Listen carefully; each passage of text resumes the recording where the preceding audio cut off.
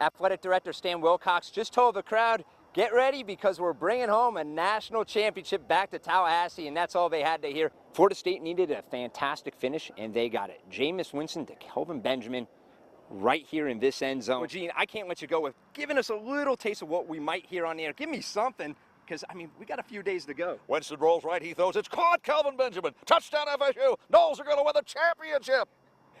Doesn't get better than that, folks. I'm telling you, right here, you heard it first. And I mentioned Menelik Watson. Guess what? He tried to play some fun games with Jameis Winston, went up to Jameis, and Jameis actually played games back with him, put out his hand, shook his hand, said, I'm Jameis Winston. Do you know me? And the two embraced, had some fun. I got the beach just to my right, and that is the ferry that you see behind me with a Ferris wheel. But this isn't fun and games for FSU. They have a business plan. The 79th Heisman Trophy winner wears garnet and gold. Famous Jameis wins college football's top prize at the young age of 19.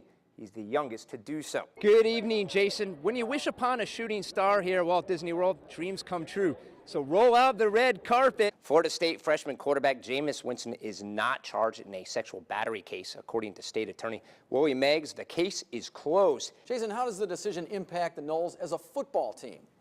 Andy, I don't think things change. As a team, they have not allowed this investigation to be a distraction. They are not just beating teams, they are winning in convincing fashion.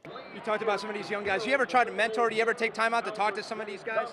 Yes, I do. When you have a distraction like they have in the last week, how do you get over that? What makes a team kind of come together and make it special? Well, you can either do two things. We're going to try to balance it on my left finger here. Look at that, folks. I've got some mad skills right now. Who gets a tattoo machine? I was just going to ask you that. Didn't know those existed. I mean, this is You an learn odd everything. gift. You learn things in sports, folks. All week here at Daytona, veteran drivers have said you got to be fast with your car, but also make smart decisions. What's for dinner? Come Saturday. I think of the potato when Idaho is mentioned, and maybe that's what's on the menu for FSU.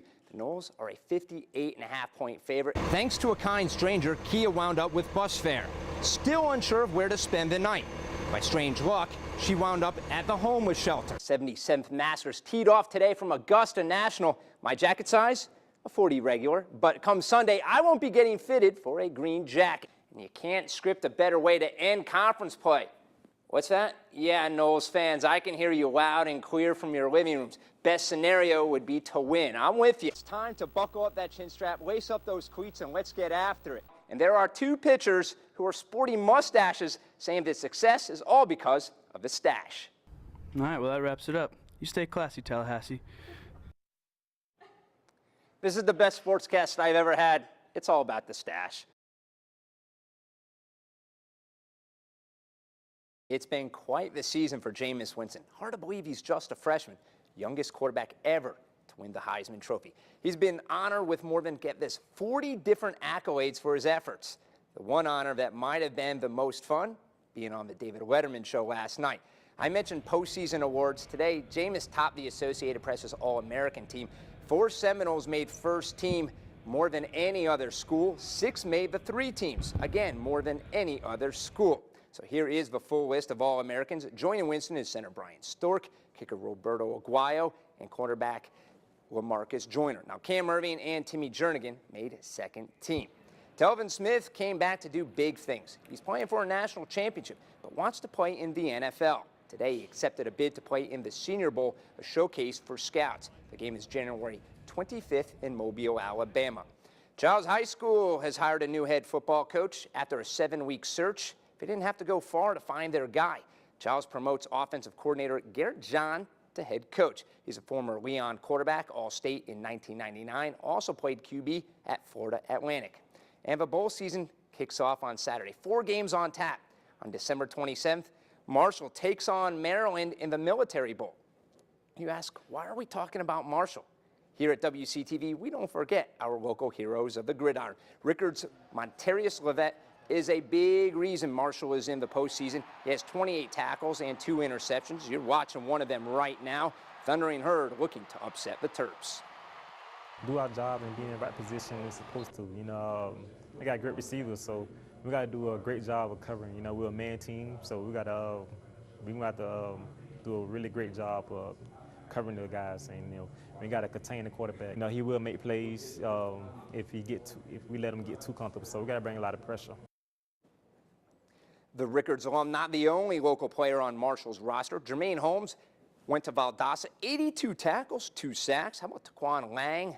He went to Lowndes, 33 tackles, 1 interception. And another Valdosta alum, Jarquez Samuel, 24 tackles, 5 quarterback hurries. And they are a big reason why Marshall, 9-4, 7-1 in Conference USA.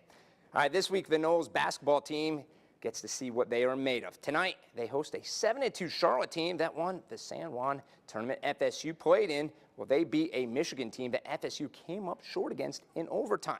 Well, later this week, FSU takes on UMass, a squad that's ranked 2nd in the nation in the RPI. Wins against these teams will certainly help FSU's NCAA resume. We need to center on and concentrate on ourselves, our ability to stay focused and go out and execute the things we feel that we have to in order to give ourselves a chance to win.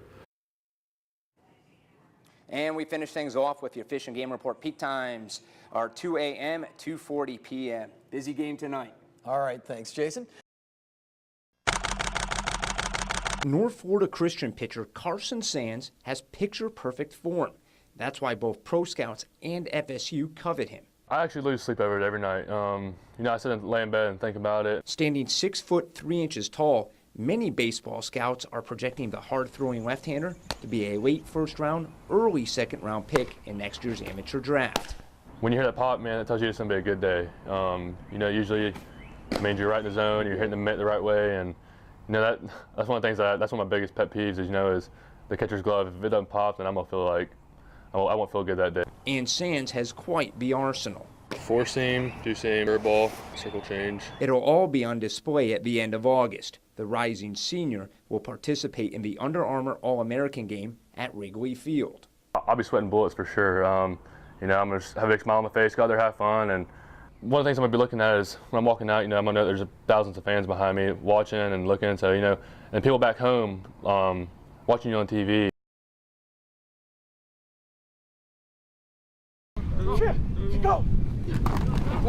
The quarterback calls out the play. Sounds like a war in the trenches. In a matter of moments, the play whistled dead.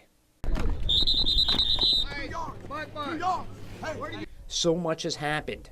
Reacting on what you hear. For South Walton's Zach Reese, the play sounds more like this. Pure silence. If I didn't point out that number 26 can't hear, you'd never know. I like to play it. I love to play it. It's physical and it's hands-on. I get to hit people. We're very fortunate to have Zach. He came to us as a sophomore from the Alabama School for the Deaf, but they are known as a football school. So he grew up playing football, and it works out well. We use signals, so it fits right in with his sign language. Any lack of communication is resolved through an interpreter. He loves football and I love football, and we have that in common, and so we think alike on the field and off the field. He's a special kid. Zach's lack of hearing does not put him in any harm's way. No different from any other football player. Being deaf is not a handicap. He stops when the other person stops, and his reaction time is very good. So when he feels somebody relax, that's when he'll relax.